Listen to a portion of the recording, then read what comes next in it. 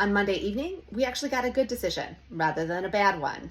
A conservative Trump appointee on the Eastern District Court for North Carolina ordered the North Carolina Board of Elections to certify Justice Allison Riggs as the winner in the election for North Carolina Supreme Court Justice. Justice Allison Riggs won that election. She defeated her opponent, Jefferson Griffin, by a few hundred votes. Being a sore loser, Jefferson Griffin sought to overturn the results of that election by throwing out a few several thousand votes.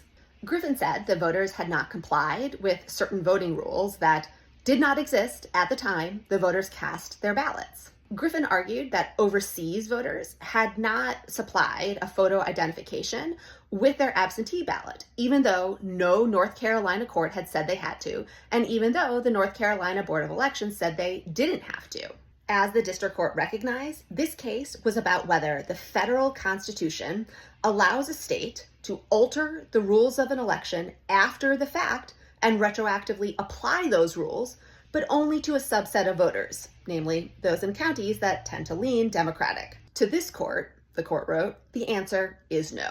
It's very likely that Griffin will appeal this ruling to the U.S. Court of Appeals for the Fourth Circuit and potentially the United States Supreme Court. But the ruling is super reassuring because if even this conservative Trump appointee is rejecting Griffin's efforts to overturn the election, I don't really see the Supreme Court or the Fourth Circuit going along with Griffin's ask. So that means Justice Allison Riggs will keep her seat on the North Carolina Supreme Court.